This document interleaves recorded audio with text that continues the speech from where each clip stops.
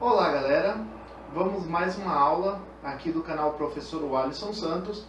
Vamos continuar os nossos estudos sobre a escola de Lausanne e hoje nós vamos estudar um dos economistas que continuou os estudos de Leon Walras. Vamos estudar hoje Vilfredo Pareto. O economista italiano nasceu em 1848 e morreu em 1923.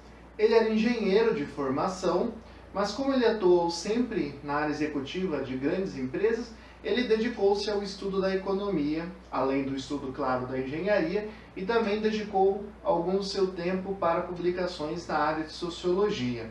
Ele foi um economista italiano que não era muito favorável à democracia. Ele considerava a democracia um sistema político demagogo. Então ele considerava que esse sistema não funcionava, não era o melhor. Dessas críticas que ele fez à democracia, ele acabou sendo admirado pelos fascistas na Itália. O fascismo, que é ali uma manifestação, né, política muito parecida com o que nós vamos ter na Itália, que se chama de nazismo. Em cada país teve um nome, mas são sistemas contra a democracia que defendem um totalitarismo, ou seja, um poder central forte e que pode executar ordens da forma que quiser, ou seja, uma espécie de ditadura, ditadura de um partido político. Então, o fascismo na Itália vai considerar ele vai dar o título para ele de senador, ou seja, vai considerar ele um grande pensador, um grande homem da política. Ele não considerou muito esse título, mas ele realmente fazia muitas críticas à economia, à democracia, claro. Bom, outra coisa é que ele também não era muito favorável a políticas sociais, ou seja, ele nas palavras de Araújo, que é um dos autores que nós estamos usando para estudar nossas escolas, ele desprezava as massas, ou seja, ele não gostava muito do povão, não gostava muito da classe média, da classe pobre, não. Ele não escondia esse desprezo que ele tinha pela população em geral.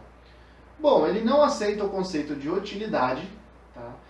E isso aqui é bem interessante, que ele vai fazer essa crítica, e hoje nós temos outras escolas, como por exemplo a economia comportamental, que também critica essa questão da racionalidade do homem.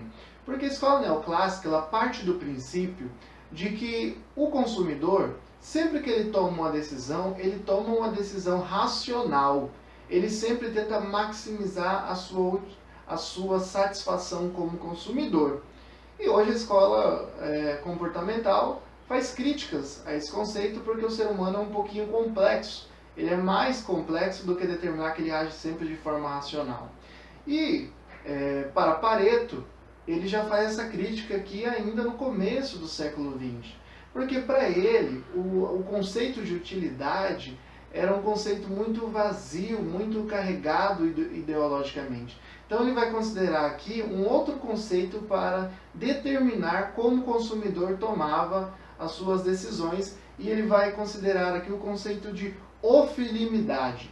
Esse conceito provavelmente você não deve conhecer, e ele é pouco conhecido mesmo na área de economia, porque ele acabou não sendo adotado pelos economistas. Mas segundo esse conceito que Pareto criou, as pessoas elas podem tomar decisões irracionais. Como, por exemplo, quando uma pessoa que está ali entre alimentação e bebida alcoólica, ele não tem dinheiro para os dois. Ele só tem dinheiro ou para comprar comida ou para comprar uma bebida alcoólica. Então a pessoa toma a decisão por comprar a bebida alcoólica e fica sem ter alimento.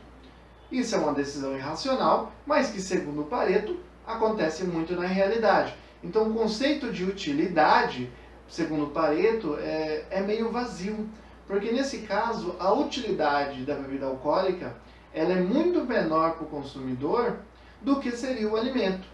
Todavia, o consumidor decide pela bebida alcoólica e não pelo alimento que teria mais utilidade.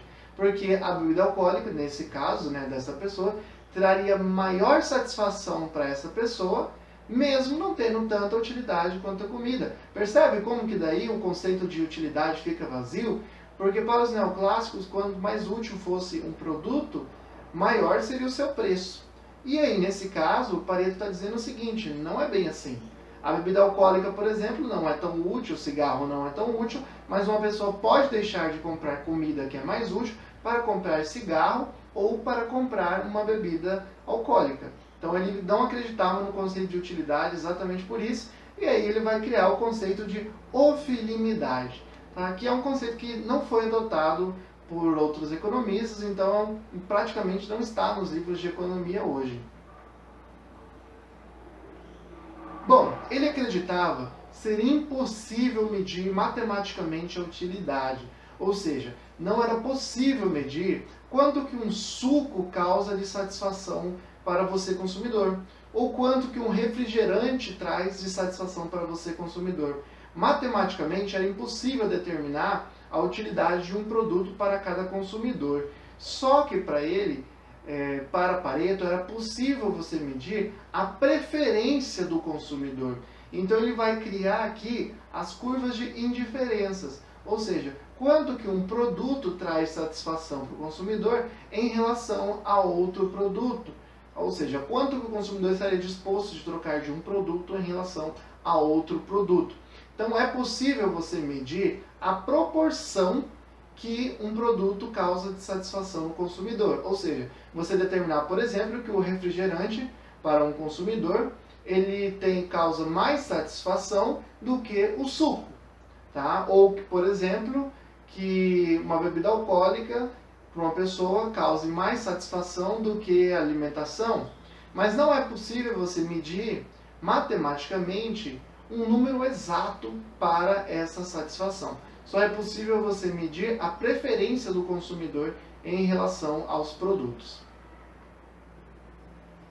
Bom, pessoal, terminando aqui Pareto, nós terminamos a escola de Lausanne e a próxima escola que nós vamos estudar vai ser a escola austríaca. Aguardo vocês, até a próxima aula. Valeu, galera, bons estudos!